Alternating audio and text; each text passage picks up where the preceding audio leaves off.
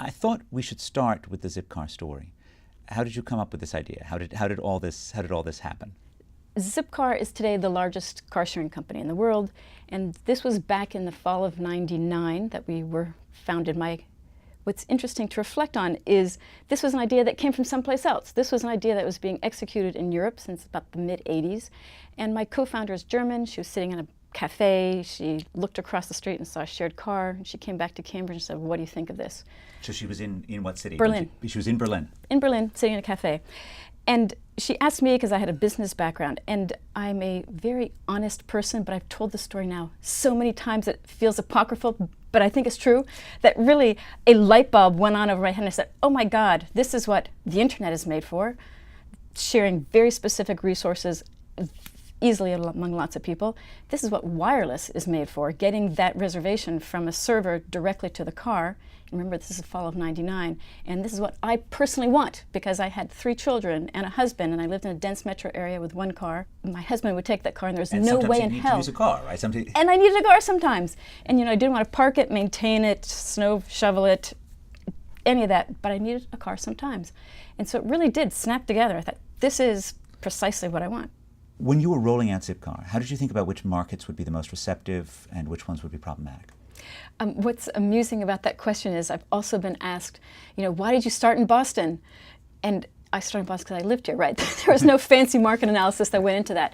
But as we rolled out, and even within the city... Although there was something inherent in it, right? Because you thought of Zipcar because you lived there, and because you knew it would be a good match for your life, right? It's true, and so I absolutely correct in that I think I was the right person to hear that story at the right time because I was a user and I lived that environment.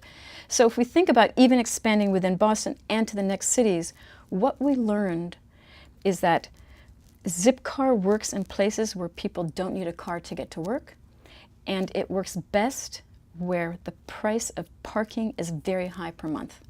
Now, one side of Zipcar is, of course, cutting-edge technology and totally novel. And the other sense is playing into something that is as old as the oldest cities, right? I mean, the sharing economy is not new to urban spaces, right? I mean, what is an urban restaurant other than a shared kitchen, a shared dining room? I'm laughing because you were saying exactly what I tell people all the time, because they keep saying to me, oh no, sharing this cultural things, you do it in your country, you do it in your city, but in our country, in our city, sharing, and I say, you're crazy, you have been sharing since time immemorial. Exactly. Yeah. I'm completely in agreement with you. But something, so I thought about, Zipcar when I was a kid in New York in the 1970s, and could you have had it? And one reason why you couldn't have had it is the technological issues in terms of doing it. But the other issue is the issue of safety and would the car be okay when you got it. So I've long had this sort of fantasy of going to pick up a Zipcar in Times Square in 1977 and finding a dead body in the trunk, and that would make the whole experience fairly negative. Now, of course, with the technology, you now know who had the car beforehand. It would all be fairly easy. But in some sense, I tend to think of it as the technology has enabled us to share more stuff. So right?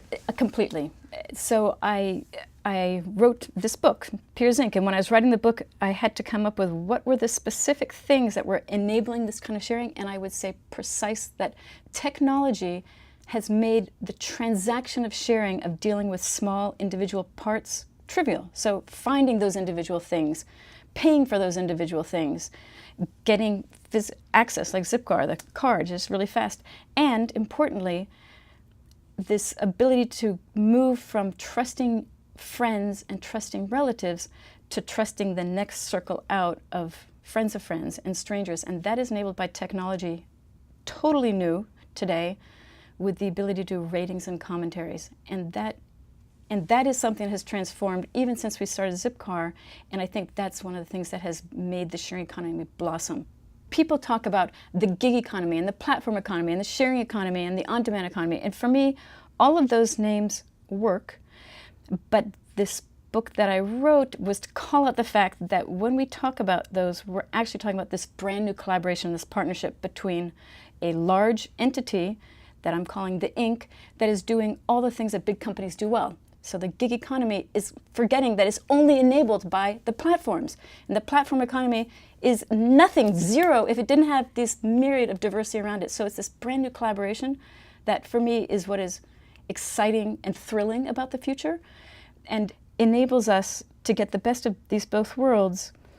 And if I think about what I love about this particular future vision of the city is it's really celebrating celebrating and getting value out of people's individual uniqueness.